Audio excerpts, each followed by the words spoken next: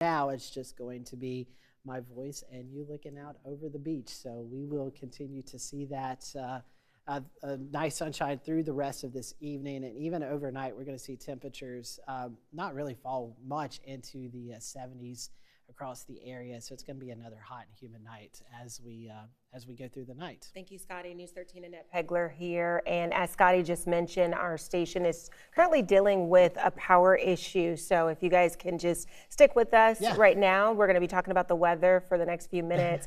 But speaking of weather, you know, Scotty, it's very hot. And in the 4 o'clock, you were talking about just different tips for our viewers if they are going outdoors, if they're going to be in this heat, because we have a stretch of hot days coming up these next few days. And so it's really important just to remind our viewers about what they should do when they're out in that heat, wearing light colored clothing, items that they can take off, you know, something that's light, staying near water, hydrate.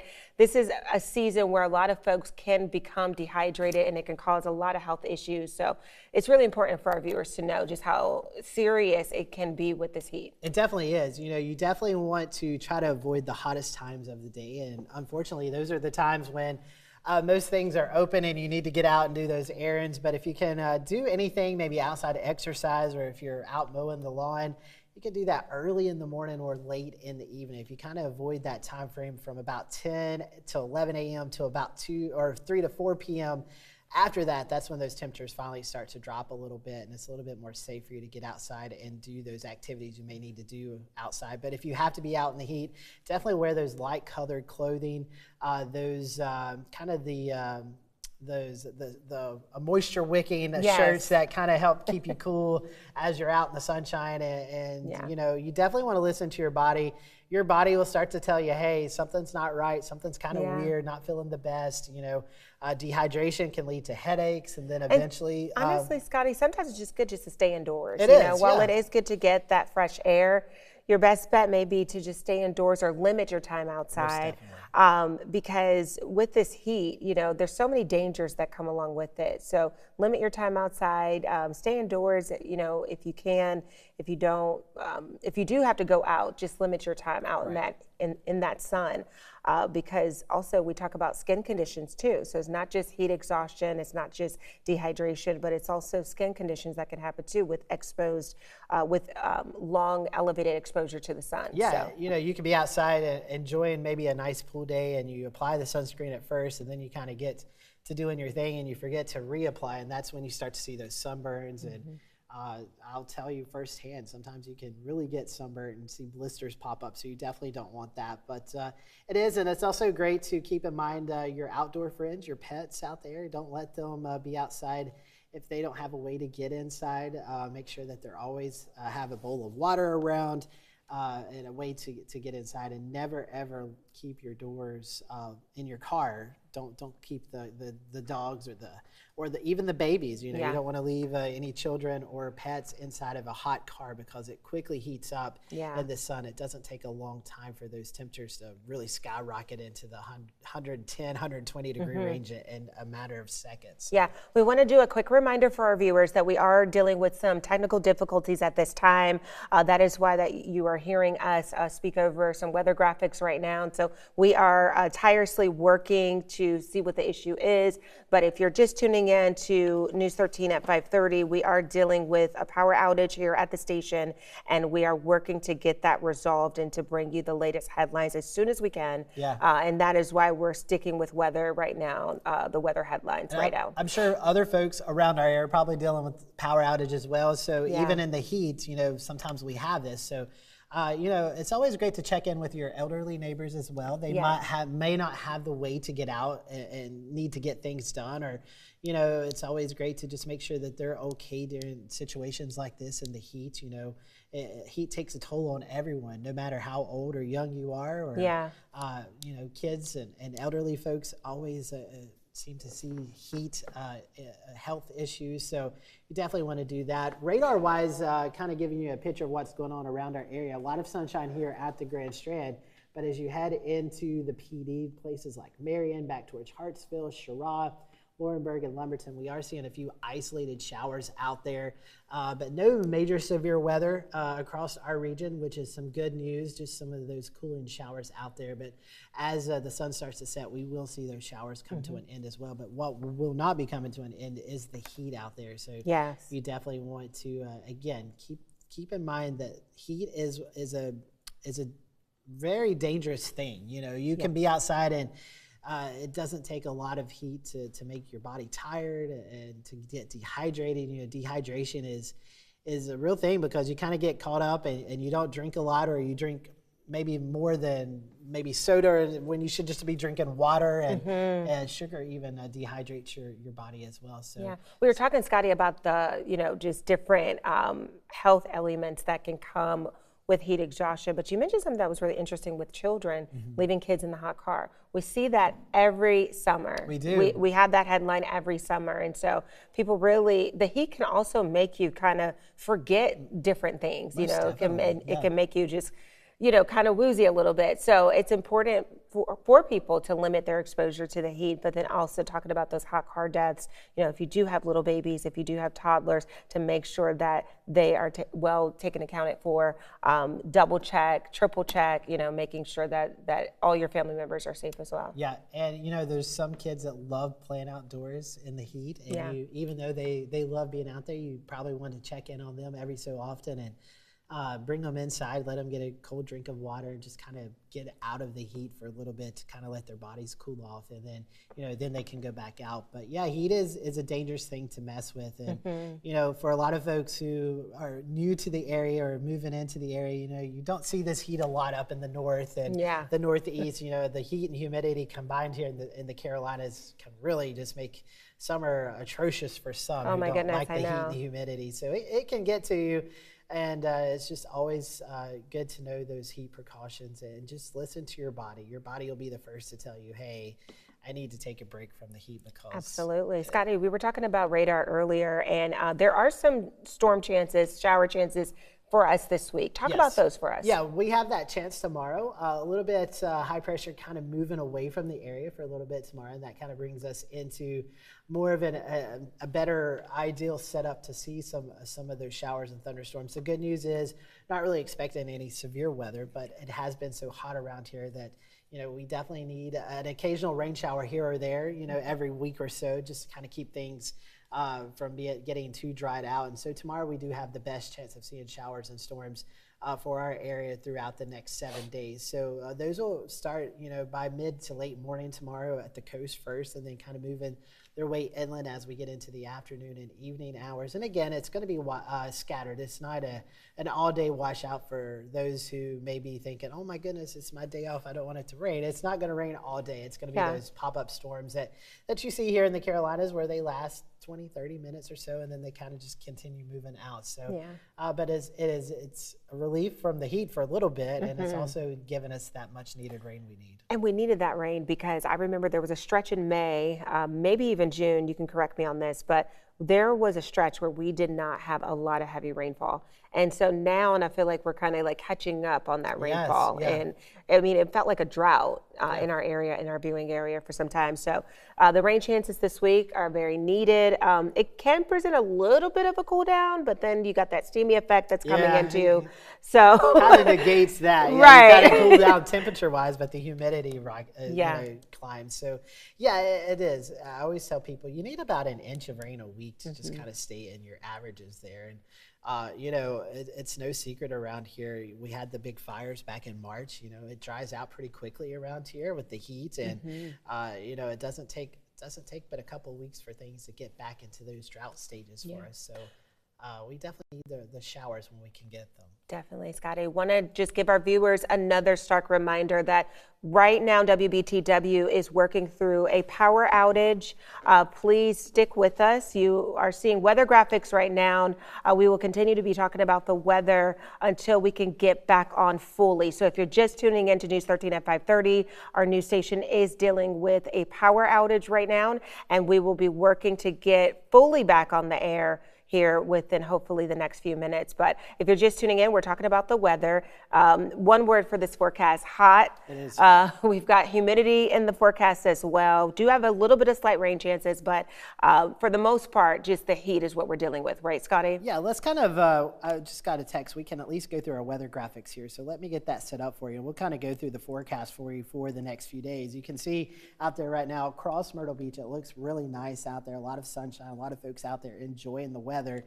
And our weather headlines really for this next few days is going to be the heat after those thunderstorms that move through. We are going to see storms a chance tomorrow, but then heating up, and those triple-digit heat index values will be not too far behind that heat up. So currently a look at what's going on here across the southeast. You can kind of see most of the rain and storm activity from, let's say, Atlanta up into the upstate of South Carolina into western North Carolina, and then another batch of rain moving in from the Virginia-North Carolina line, kind of scooting to the south. So we're kind of in between systems right now, but we do have some thunderstorm activity out there. So Hartsville back towards Latta into Dillon County, Marion County seeing a little bit of storm activity, Lake City seeing a little bit of rain as well. Again, none of this is severe. We're just seeing those garden variety showers and storms.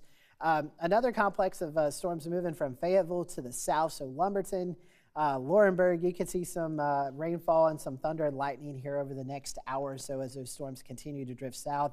As we go along the Grand Strand right now, everything looks pretty good. We're not seeing any issues there, just continued sunshine. So we will most likely see the storm stay away from the Grand Strand as we get into the rest of this evening. Temperature-wise, it's not too bad out there. Relatively speaking, here at the coast, we have that sea breeze that's kicked in. So temperatures are right around 86, 87 degrees. But once you get back into the Florence area, into Laurinburg, Lumberton, we're back into the upper 80s to low 90s. And you can even see the ocean temperature right now at 86, so there's not much relief from the ocean as well. The ocean's pretty warm right now. Heat index values right now across the Grand Strand are in the 90s. North Myrtle Beach checking in at 95. It feels like 99 in Myrtle Beach. Feels like 102 in Florence and 100 in Laurinburg. So that heat index is a combination of the heat and humidity together, and that's how we get the heat index. And that's what Annette and I have been talking about, is just that heat index will continue to climb as we get into the rest of the week. Let's take a look at Futurecast right now. You can see as we go through the rest of this evening across the Grand Strand, it looks pretty good across the area. Back towards the PD and the border belt, we see those showers and storms start to weaken and dissipate overnight. Now, as we get into the overnight hours, we have a strong southerly push that could bring some moisture in the form of cloud cover first across the Grand Strand, and then eventually we could see some showers move in, especially as we get into the 3 to maybe 5 o'clock time frame tomorrow morning. So if you're heading out the door early tomorrow, don't be surprised to see a few sprinkles out there across the area, especially along the South Strand down into Georgetown County. As we get into the rest of the morning, we'll start to see those thunderstorm activity pick up. Here's your evening planner. Maybe if you're heading out for dinner tonight, or maybe taking some sports practice, maybe baseball practice, baseball game, soccer practice, something like that. We'll see temperatures right now in the 80s, around 80 degrees at 9 p.m. And then we're going to see temperatures finally fall into the upper 70s inland, and then right around 80 degrees through 11 p.m. So as we look tonight, temperatures again across the Grand Strand will be in the upper 70s. As we get into the Florence area, Hartsville, Marion, you're going to see temperatures in the mid-70s. Same for up in the border belt from Laurinburg to Lumberton. Now tomorrow you see those showers and storms kind of popping up on radar starting mid to late morning. Again, it's not widespread coverage by any means, but a few of these cells could produce some heavier rain. So if you live in portions like North Myrtle Beach to Myrtle Beach, Georgetown, Surfside, Garden City, Little River, Cherry Grove, you'll be the first to see that storm activity. And then it kind of moves into Conway, into southern Marion County, into southern Florence County as we get into the early afternoon hours. And then eventually by 3 p.m., places like Hartsville, Florence, Dillon, you'll start to see that storm activity pick up. And then around 5 to 7 p.m. up in the Laurinburg, Lumberton area. So you can kind of see that progression from the coast back into the inland areas as we go throughout the day into the afternoon. After that is the heat index forecast, and you can see those numbers right now are pretty warm as we head into Thursday, right around 99, 100. But once we get into Friday, Saturday, that's when we see the triple digits come back, and that's when we could start to see those heat advisories issued. Remember, a heat advisory is issued when the heat index values are right around that 105. That's when we start to see those dangerous conditions pop up. So you have to have like 105 heat index for 2 full hours, consistent hours, to get that heat advisory. And I think that's possible as we get into Friday and Saturday. Obviously, we'll adjust these numbers as we get closer and closer to that date. But here's kind of a breakdown of what to expect. In that extreme heat, that extreme caution from 90 degrees to 103, you start to see heat cramps, heat exhaustion possible, even a heat stroke. But once you get into that dangerous to extremely dangerous category, that's when we start to really see those serious health elements come in, like heat cramps, exhaustion, even heat strokes are possible once we get into that threshold. So definitely listen to your body. As I'll show you this next graphic here, we can see some of the kind of what your body will kind of feel as we get into that. You'll see headaches and nauseous, dizziness, weakness, and even an elevated body temperature. So if you start to feel clammy, that's when we start to see those heat elements really get into folks, and when we start to see issues arise with that health issue and the heat concern. Now, as we get into next week, there's really no break in the action for the heat. We're going to see that heat continuing, with you seeing above average possibilities of seeing that heat. You can kind of see that heat dome over the Atlanta to Augusta area. And then as you get into the Midlands of South Carolina, into Western North Carolina, and then the Grand Strand in Eastern North Carolina, we still see a very high possibility of seeing above average heat for the area. Now, let's talk tropics here for a little bit. We were watching this area of low pressure that kind of developed off the South Carolina coast, and with high pressure off to the east of us, that is pushing this area of disturbance across the peninsula of Florida. So right now we're seeing some heavy rain over Florida, but eventually it's going to reemerge back into the Gulf. And the Gulf has some extremely warm temperatures, where the water temperatures are well into the 80s, in some locations even the 90s. And one thing that tropical systems need is a lot of warm water to work with. That kind of gives it that energy, that fuel for those storms to develop. And then we also see the lessening of wind shear. So wind shear, if you have too much wind shear, it can kind of shred the storm apart and you don't see anything development.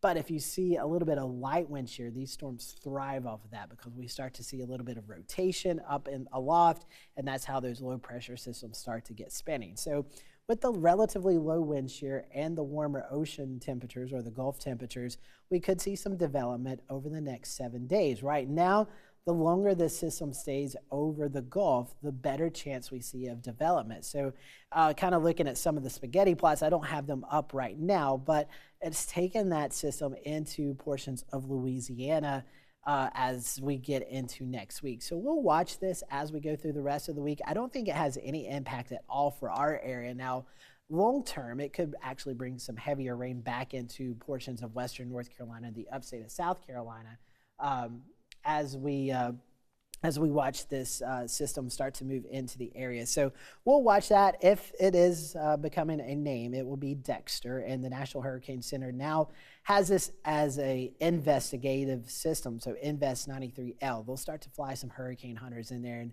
really sample the data a little bit better, and we'll particularly have a better idea of what's going to happen there. Let's take a look at your rip currents for tomorrow. As we get into that area, we'll start to see moderate rip currents for Wednesday. So if you are out in the ocean, please take that into consideration. Water temperature is at 86, and because of the clouds tomorrow, we're not in that extreme UV index, but we are still very high. So we'll keep an eye on that. Make sure you put that sunscreen on and reapply it. Here's our 7-day forecast for the coastal areas. We'll see temperatures right around 90 degrees through the next 7 days. Again, 20% chances of rain for Thursday, Friday, Saturday.